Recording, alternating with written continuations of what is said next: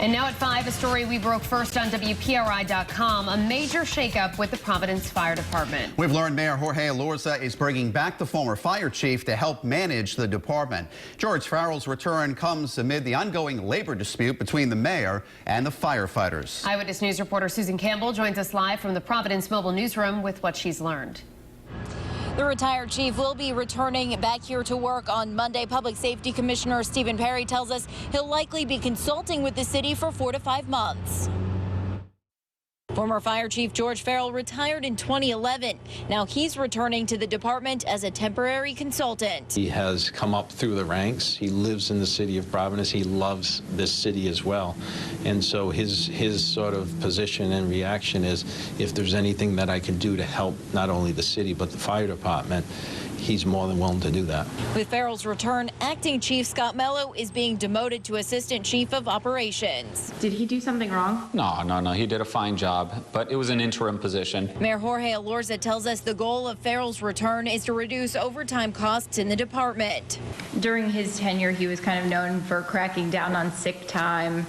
Is that one of the reasons that you are calling on him now? Well, we have noticed, sick time, particularly sick time on Fridays, Saturdays, and Sundays. It's a concern, but it's not just that. It's about managing, the entire process, making sure we have good management practices. Providence payroll records show Farrell earned $139,000 in his final year on the job. City law allows pension recipients to work 75 full days or 150 half days per calendar year. Public Safety Commissioner Stephen Perry says Farrell will be compensated at the fire chief's rate of pay. Does this new role count toward an increased pension? It does not.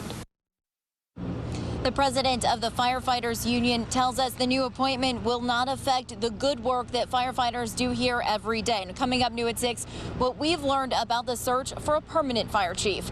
Live at the Providence Mobile Newsroom, Susan Campbell, Eyewitness News. Now, a story we broke first on WPRI.com. Providence has hired a former fire chief to come back and help manage the department. George Farrell retired 4 years ago after unsuccessfully seeking a tax-free accidental disability pension. Now he's back on the city's payroll. The Public Safety Commissioner says he hired him to deal with an unprecedented increase in injured on-duty claims. New at 6, what we've learned about the search for a permanent chief. Eyewitness News reporter Susan Campbell joins us now live in the capital city.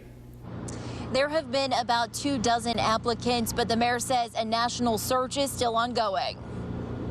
Well, at this point, Retired Fire Chief George Farrell is returning to the fire department. Mayor Jorge Elorza tells us Farrell's goal is to find inefficiencies and reduce overtime costs in the department. We're excited to have him back.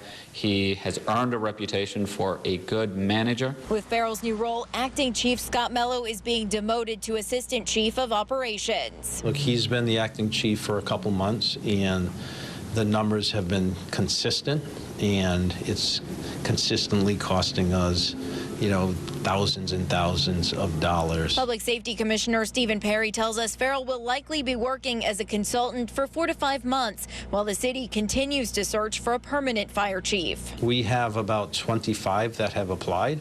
I would say you can cut that in half, about 10 or 12 that are serious applicants that we're reviewing. Providence payroll records show Farrell earned $139,000 in his final year on the job. City law allows pension recipients to work 75 full days or 150 half days per calendar year. Perry tells us Farrell will be compensated at the fire chief's rate of pay. The mayor says the new job will not affect Farrell's pension. Live with Providence Mobile Newsroom, Susan Campbell, Eyewitness News.